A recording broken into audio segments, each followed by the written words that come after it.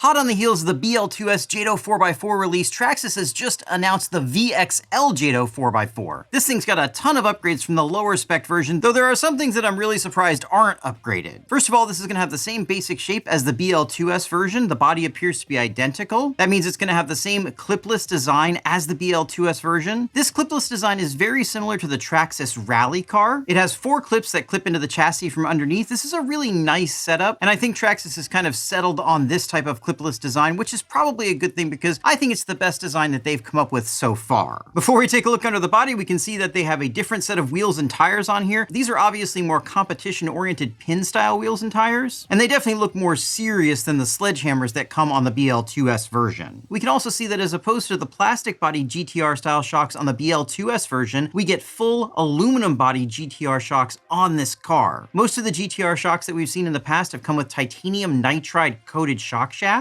This coating doesn't actually make the shaft itself any stronger as it's very, very thin. What it does do is make the outside of the shaft a little bit more slippery and a bit more abrasion resistant. Obviously, they decided to forego that on this model, which is a little bit of a disappointment because whereas it doesn't really make a huge performance difference, it definitely looks cool. Another place we've seen that they've decided to forego upgrading are the links. As you can see here, these links are still non-adjustable, and that's pretty crazy for what appears to be a more competition-oriented car. I'm sure Traxxas will be more than happy to sell us adjustable links, but at this price point, which we'll talk about in just a minute, I would expect to see adjustable links. The fact that we don't see them kind of makes me think they're still going after the basher crowd here, but they've got some serious competition in this price range. Popping the body off, the first obvious change is a 4S brushless system. I believe this is a new ESC. It's being called the VXL 4S, but it's obviously not the same VXL 4S that you would get in the Traxxas Max. This looks to be more VXL 3S size, and it doesn't have a fan, which I think is a pretty interesting omission, again, especially at this price point. The motor also has no heat sink or fan, which I think is a pretty interesting choice. And next to those, you can see they've gotten rid of that plastic chassis brace, and now we have a nice aluminum one that looks very similar to the one on the Sledge, and very similar to the accessory brace you can get for the 3S line. Underneath that, they've been nice enough to get rid of the plastic center drive shaft that comes on the $350 JATO, and we've got an aluminum center drive shaft, which to me should have been on the lower spec JATO as well. Connected to that center drive shaft is another really welcome upgrade, and that's going to be a center differential. We've got the plastic case center differential here, which should work just fine, but again, I would have loved to have seen the aluminum case one at this price point. Speaking of things I'm not thrilled to see at this price point, we've got the 2075 servo. This is a plastic gear servo, which is kind of crazy to see. We are going to have the same front and rear differentials that we see in the lower spec JATO, and those are the same differentials we've seen in the 3S line for a very long time. Those are going to be connected to the same plastic drive shafts that we see in the lower spec JATO as well. Those plastic drive shafts are going to be pushing out to 17mm hexes, again driving those more serious looking wheels and tires. Holding up those wheels and tires will be the same Extreme HD hubs and knuckles that previously came as an option pack and we're getting on most of the 3S cars as well. Of course, you're going to want to power this thing with a 4S battery, and Traxxas wants you to power it with their 4S battery. I'm sure this battery tray is specifically designed to fit their batteries and nothing else. Obviously, the aftermarket will come along to fix that problem, but it would be nice if it wasn't a problem to begin with. To control this, you're going to get the venerable TQI transmitter and receiver. Those are going to be in a waterproof box. Obviously, this buggy is going to be all waterproof, as all Traxxas vehicles are. That's something you should come to expect these days, but something that not every vehicle manufacturer offers. Speaking of offers, Traxxas is going to be offering a bewildering array of upgrades for this thing: different colored wings, different bodies, upgraded gears, upgraded center differential. Basically anything you want to spend money on, they'll happily take it. Traxxas is claiming this thing will do over 60 miles an hour. Of course, we'll just have to wait and see if that's true. Traxxas miles an hour is always a little bit different than real miles an hour, so I'd expect a realistic top speed on this thing to probably be around 55.